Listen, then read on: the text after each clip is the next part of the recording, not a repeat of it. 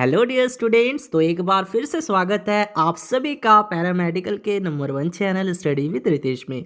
तो गणतंत्र दिवस के इस शुभ अवसर पे आप सभी विद्यार्थियों को हार्दिक हार्दिक शुभकामनाएं। आज आप लोगों ने खूब मस्ती किया होगा। आई होप आप लोगों ने जलेबी है ना काफ़ी खाए होंगे। तो चलिए बच्चों, आज की क्लास को स्टार्ट करते हैं। तो भाई, क्लास को स्टार्ट करने से पहले एक छोटी सी रिक्वेस्ट है बच्चों, यदि आप लोग इस चैनल पे नए हैं, पहली बार है, तो इस चैनल को सब्सक्राइब कर लीजिए और बेल आइकन को हिट कर लीजिए।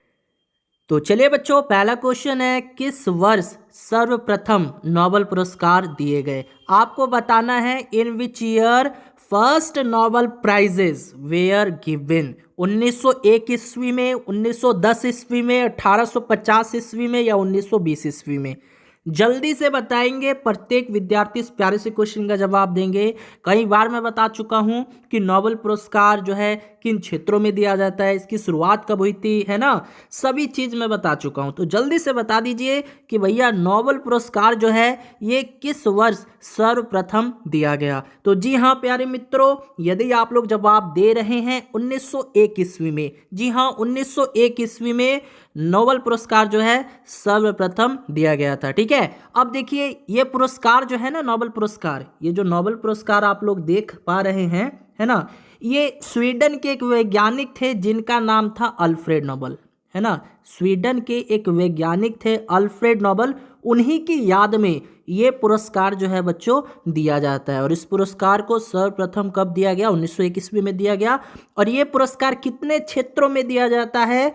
तो 6 क्षेत्रों में दिया जाता है। वो 6 क्षेत्र कौन से हैं मैं बता चुका हूं। पहला क्षेत्र है शांति, दूसरा क्षेत्र है बच्चों साहित्य, तीसरा क्षेत्र है बच्चों, यहाँ पे मैं सभी बता चुका हूँ, भौतिकी, ठीक है, और चौथा क्षेत्र हो जाएगा आपका रसायन, और पांचवा क्षेत्र हो जाएगा चिकित्सा। चिकित्सा के भी क्षेत्र में ये पुरस्कार दिया जाता है, और साथ में लास्ट हो जाएगा बच्चों यहाँ पे अर्थशास्त्र। ठीक है, तो आपको याद रखना है, क्या याद रखना है कि नोबेल पुरस्कार जो है 6 क्षेत्रों में दिया जाता है, शांति, साहित्य, भौतिकी, रसायन, चिकित्सा, अर्थशास्त्र। ठीक है, चलिए बहुत अच्छी बात है बच्चों, बढ़ते हैं अगले क्वेश्चन की तरफ। चलिए प्यारे मित्रों, अगला प्रश्न है, इसको 2000 ईस्वी में नया प्रांत बनाया गया। बताइए, यहाँ पे ये पूछा है कि 2000 ईस्वी में किस राज्य की स्थापना की गई थी? उत्तर प्रदेश, मध्य प्रदेश, उत्तराखंड या हरियाणा? जल्दी से बता दीजिए प्यारे बच्चों, बहुत ही लाजवाब प्रश्न है। इसी टाइप के प्रश्न आपके पैरामेडिकल के एग्जाम में पूछे जाते हैं, तो बिल्कुल फास्ट बताना है। सभी स्टूडेंट्स बताएंगे, मैं प्रत्येक स्टूडेंट का जवाब देखता हूं, है ना, कि प्रत्येक स्टूडेंट का आंसर क्या आ रहा है। तो जल्दी से बनाइए बच्चों, जल्दी से, बिल्कुल फास्ट। हाँ जी, तो ऑप्शन नंबर सी, जी हाँ दोस्तों, ऑप्शन नंबर सी यानी उत्तराखंड। ठीक है, तो बच्चों उत्तराखंड की जो स्थापना हुई थी, तो ये भी आपको याद रखना है, इसकी स्थापना कब हुई थी। तो कोई भी आपसे पूछे कि बच्चों उत्तराखंड की जो स्थापना हुई थी कब हुई थी, तो 9 नवंबर, जी हाँ दोस्तों 9 नवंबर 2000 ईस्वी को। ठीक है, तो भैया इसको 2000 ईस्वी में नया प्रांत बनाया, किसको? उत्तराखंड को। ठीक है, याद रखना है, यानी एक तरह से स्थापना पूछा है ना, कि भाई 2000 ईस्वी में किस राज्य की स्थापना हुई थी। तो किसकी हुई थी? उत्तराखंड की हुई थी। कब हुई थी? 9 नवंबर 2000 ईस्वी को। चलिए बढ़ते हैं अगले क्वेश्चन की तरफ। चलिए मित्रों, अगला प्रश्न है, कैच 22 किसने लिखा? तो बच्चों यहाँ पे कैच 22 एक पुस्तक है, और आपसे पूछा गया है कि इस पुस्तक के रचयिता कौन है, यानी ये पुस्तक किसके द्वारा लिखी गई है? Ravi Shastri, Joseph Heller, Joseph Conrad या हेनरी किसिंगर? जल्दी से बताइएगा, सभी स्टूडेंट बताएंगे। बहुत ही अच्छा क्वेश्चन है स्टूडेंट, है ना। चलिए, तो वेरी गुड, यदि आपने जवाब दिया है ऑप्शन नंबर बी, देन आपका आंसर सही है। ठीक है, तो कैच 22 इस पुस्तक के रचयिता कौन है? जोसेफ हेलर जी हैं। ठीक है, बात करेंगे रवि शास्त्री जी के बारे में, तो इनके भी द्वारा एक बुक लिखी गई है, और उस बुक का नाम है star gazing, star gazing the players in my life, है ना, स्टार गेजिंग। अगर आपसे पूछे star gazing the players in my life, the players in my life, इस पुस्तक के रचयिता कौन है? क्या जवाब दीजिएगा बच्चों? यदि आपसे पूछे कि star gazing the players in my life, इस पुस्तक के रचयिता कौन है, तो रवि शास्त्री जी हैं। ठीक है, हाँ जी। अब देखिए, बात करेंगे यहाँ पे जोसेफ कॉनरेड के बारे में, तो इनके भी द्वारा एक पुस्तक लिखी गई है, और उस पुस्तक का नाम है लॉर्ड जिम। ठीक है। तो अगर आपसे पूछे कि लॉर्ड जिम इस पुस्तक के रचयिता कौन है, तो जोसेफ कॉनराड जी हैं। चलिए बढ़ते हैं अगले क्वेश्चन की तरफ। चलिए मित्रों, अगला प्रश्न है, योजना आयोग अब कहलाता है।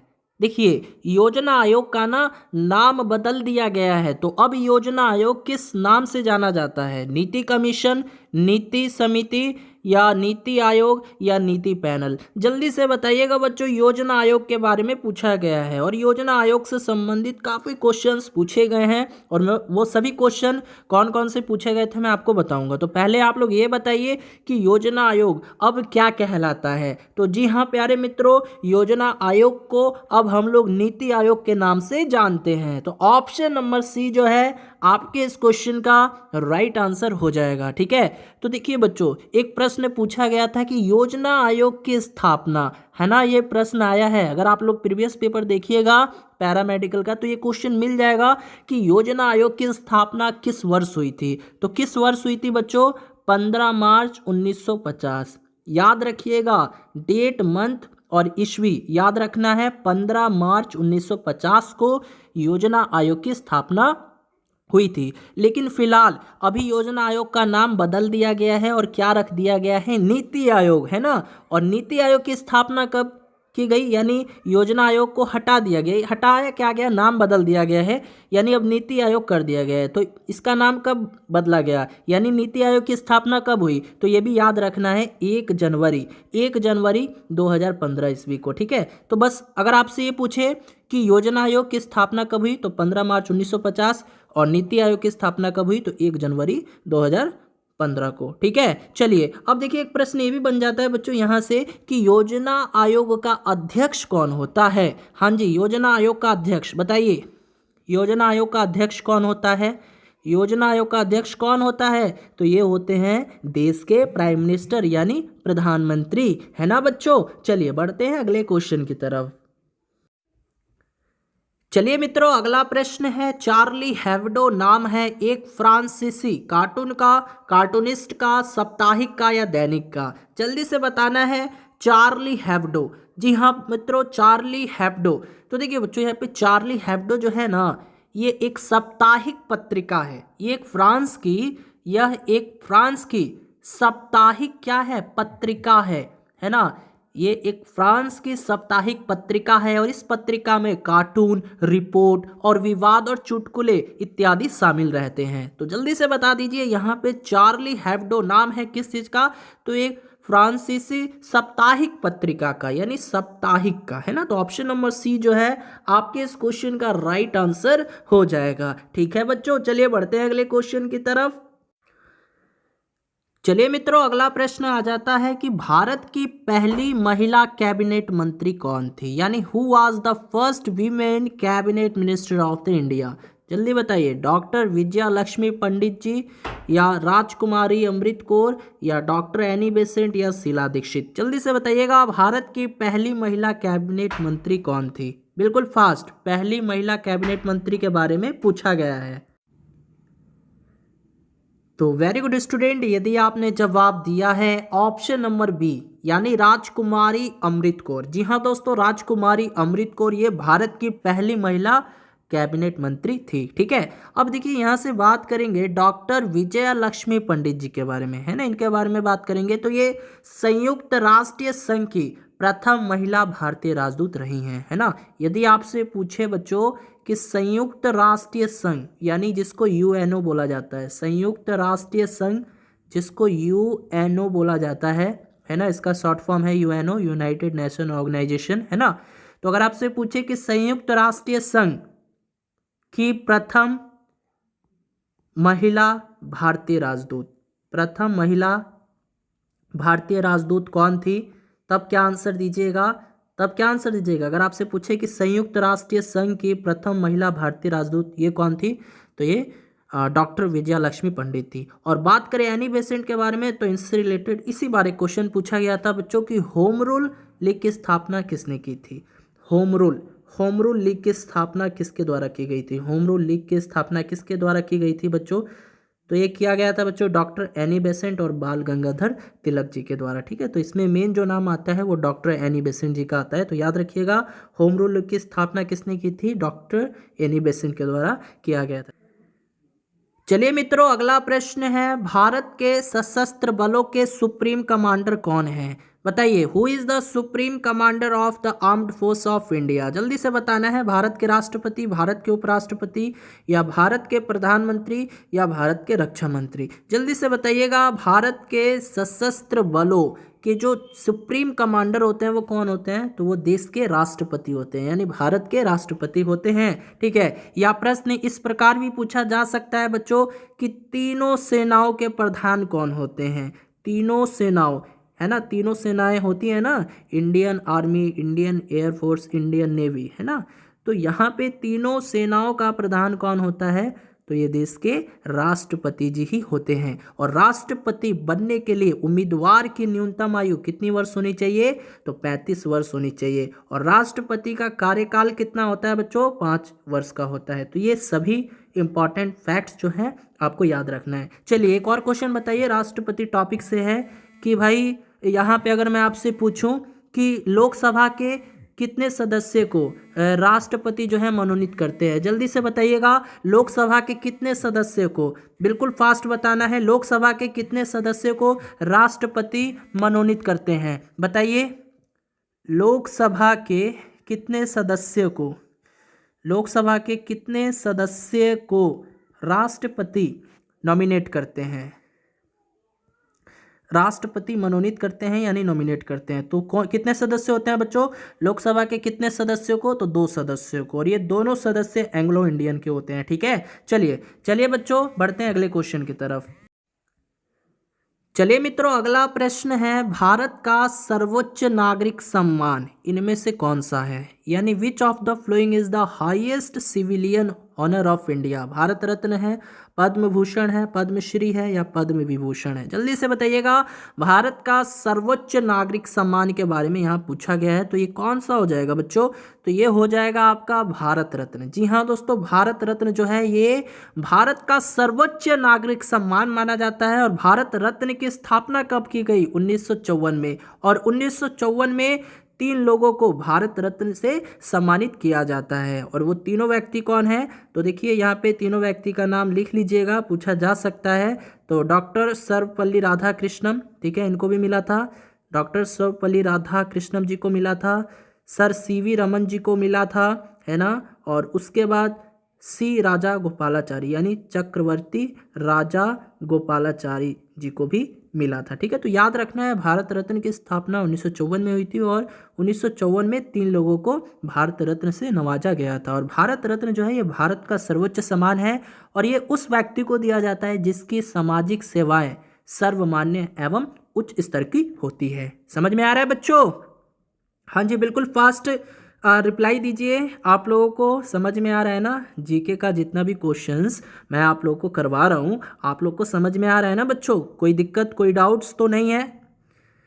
जल्दी से बोलिए। चलिए, बहुत अच्छी बात है। ओके, बढ़ते हैं अगले क्वेश्चन की तरफ। यदि क्लास अच्छी लग रही हो तो बच्चों एक वीडियो को लाइक जरूर दे दीजिएगा, है ना। आपके एक लाइक से बहुत ज़्यादा मन प्रफुल्लित रहता है, बहुत ही मोटिवेशन फील करता हूँ खुद में, काफ़ी अच्छा लगता है। आप लोगों ने इतना सपोर्ट, इतना प्यार दिया है इस चैनल को, है ना। तो दोस्तों बस अब यही है, अब मैं इस इंतज़ार में हूँ कि जल्दी से 50 के हो जाए। यानी मैं चाहता हूँ कि हम लोगों का जो फैमिली है वो 50,000 हो जाए, बहुत अच्छा लगेगा बच्चों, है ना। सब आप लोग का ही सपोर्ट है, सब आप लोग का ही सपोर्ट है। अदरवाइज़ ये रितेश सर कुछ भी नहीं थे। जो भी प्यार मिला, है ना, आप लोग के द्वारा मिला, सपोर्ट मिला, ये मैं ज़िंदगी भर नहीं भूल सकता। ठीक है, मैं जी जान लगा दूंगा और मेरा प्रयास ये रहेगा कि यहाँ पे जितने भी बच्चे हैं जो भी क्लास कर रहे हैं, बच्चों रिक्वेस्ट है आप लोग अच्छे से कीजिए, है ना। अच्छे से कहने का मतलब आप लोग एक नोट्स बना के सभी क्लासेस को, है ना, एक नोट्स बना के प्रॉपर तरीके से किया कीजिए। नोट्स बना के कीजिएगा, फ़ायदा यही होगा कि जब आप लोग का एग्जामिनेशन फॉर्म आएगा उस समय आप लोग को रिवीजन करने का मौका मिलेगा। ठीक है ना।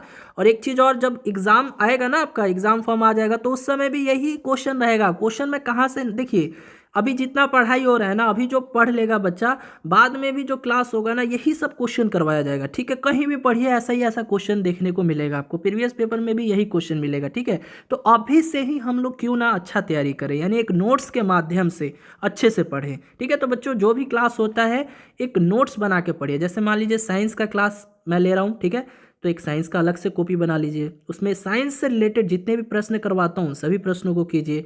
फिर जीके का क्लास होता है तो इसका एक अलग से कॉपी बना लीजिए, है ना, और क्लास 1 क्लास 2 क्लास 3 करके आप लोग नोट्स बनाते रहिए। इसी तरह हिंदी की मैम जो पढ़ा रही हैं उसको भी अच्छे तरीके से जो है आप लोग नोट्स बना के मतलब उसको लिखिए। ठीक है ना बच्चों, तो ऐसे कितने स्टूडेंट हैं जो नोट्स बना के ये क्लास को करते हैं, एक बार जल्दी से मैसेज में बोलिएगा यस सर। कितने ऐसे बच्चे हैं जो क्लास को देखते हैं और बाद में नोट्स भी बनाते हैं, जल्दी से बताइएगा। चलिए जल्दी से, बहुत अच्छा, वेरी गुड, वेल डन। ठीक है, ओके, चलिए बढ़ते हैं अगले क्वेश्चन की तरफ। चलिए मित्रों, अगला प्रश्न है, राज्यसभा सदस्य की उम्र चाहिए डैश से कम नहीं हो, यानी राज्यसभा के जो सदस्य हैं उनकी कितनी उम्र होनी चाहिए, बताइए। 25 वर्ष, 30 वर्ष, 35 वर्ष या 28 वर्ष? बच्चों जल्दी से बताना है, राज्यसभा सदस्य की जो उम्र है वो कितनी होनी चाहिए। तो वेरी गुड बच्चों, तो न्यूनतम आयु यानी राज्यसभा का सदस्य बनने के लिए उम्मीदवार की न्यूनतम आयु 30 वर्ष होनी चाहिए, यानी ऑप्शन नंबर बी जो है आपके इस क्वेश्चन का करेक्ट आंसर हो जाएगा। ठीक है, और यदि मैं बात करूं बच्चों लोकसभा के बारे में, तो बच्चों यहाँ पे बताइए, लोकसभा के बारे में भी बता दीजिए। ठीक है, लोकसभा के भी बारे में भी बता दीजिए कि लोकसभा का सदस्य बनने के लिए उम्मीदवार की न्यूनतम आयु बताइए। लोकसभा का सदस्य बनने के लिए, जी हाँ, लोकसभा का सदस्य बनने के लिए उम्मीदवार की न्यूनतम आयु बताइए कितनी वर्ष होनी चाहिए। तो ये होनी चाहिए बच्चों, याद रखिएगा, हाँ जी बताइए, 25 वर्ष। बहुत अच्छा, 25 वर्ष। ठीक है, हाँ, तो लोकसभा का सदस्य बनने के लिए उम्मीदवार की न्यूनतम आयु 25 वर्ष और राज्यसभा का सदस्य बनने के लिए उम्मीदवार की न्यूनतम आयु 30 वर्ष। अब देखिए, ये जो राज्यसभा होता है ना, इसको उच्च सदन बोलते हैं, उच्च सदन बोलते हैं, यानी अपर हाउस बोलते हैं, है ना, समझ में आया, ये उच्च सदन है। ठीक है, यानी अपर हाउस है। और ये जो लोकसभा है ये बच्चों निम्न सदन होता है, निम्न सदन होता है। ठीक है, ये निम्न सदन होता है। अब देखिए बच्चों, यहाँ पे प्रश्न ये भी रहता है कि राज्यसभा का पदेन सभापति कौन होता है। राज्यसभा, ये प्रश्न इंपॉर्टेंट हो जाता है कि राज्यसभा का पदेन सभापति यानी राज्यसभा का सभापति कौन होता है। तो ये होते हैं बच्चों देश के उपराष्ट्रपति। ठीक है, देश के उपराष्ट्रपति जी होते हैं, आपको याद रखना है।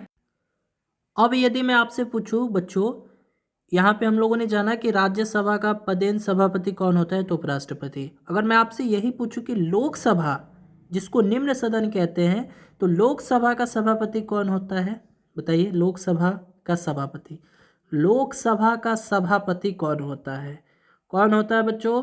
तो चलिए, ये क्वेश्चन होमवर्क रहा आप लोग के लिए। ठीक है, तो क्लास जब ओवर हो जाएगा तो आप लोग को वीडियो के कमेंट सेक्शन में इस क्वेश्चन का जवाब देना होगा। ठीक है, चलिए बढ़ते हैं अगले क्वेश्चन की तरफ स्टूडेंट, और आज की क्लास का लास्ट क्वेश्चन रहेगा।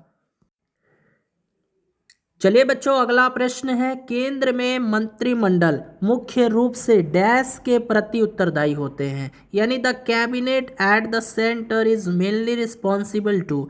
जल्दी से बताना है, केंद्र में जो मंत्रिमंडल होते हैं वो मुख्य रूप से किसके प्रति उत्तरदायी होते हैं, राज्यसभा के प्रति, लोकसभा के प्रति, प्रधानमंत्री के प्रति या राष्ट्रपति के प्रति? जल्दी से बताइए, बिल्कुल फास्ट बताना है, हर एक स्टूडेंट बताएंगे, प्यारे से क्वेश्चन का जवाब देना है आपको कि केंद्र में मंत्रिमंडल जो है मुख्य रूप से किसके प्रति उत्तरदायी होते हैं। तो ये लोकसभा के प्रति उत्तरदायी होते हैं, यानी ऑप्शन नंबर बी जो है आपके इस क्वेश्चन का राइट आंसर हो जाएगा। तो बच्चों देखिए, यहाँ से क्वेश्चन ये भी बन जाता है कि राज्यसभा का सदस्य बनने के लिए न्यूनतम आयु, अभी मैंने बताया था 30 वर्ष, लोकसभा का सदस्य बनने के लिए न्यूनतम आयु तो 25 वर्ष होता है, प्रधानमंत्री बनने के लिए उम्मीदवार की न्यूनतम आयु 25 वर्ष होता है, और राष्ट्रपति बनने के लिए उम्मीदवार की न्यूनतम आयु 35 वर्ष होता है। तो ये सभी क्वेश्चन आपको नोट डाउन कर लेना है। ठीक है, तो चलिए दोस्तों, उम्मीद है आज की क्लास अच्छी लगी होगी। तो यदि आपको आज की क्लास अच्छी लगी है तो इस क्लास को लाइक दे दीजिए और अपना फीडबैक ज़रूर दीजिएगा वीडियो के कमेंट सेक्शन में। चलिए मिलते हैं नई क्लास में, अगले दिन है ना, अगले दिन नई क्लास में नई जोश नई उमंग के साथ। तब तक के लिए bye bye, tata, take care, good night.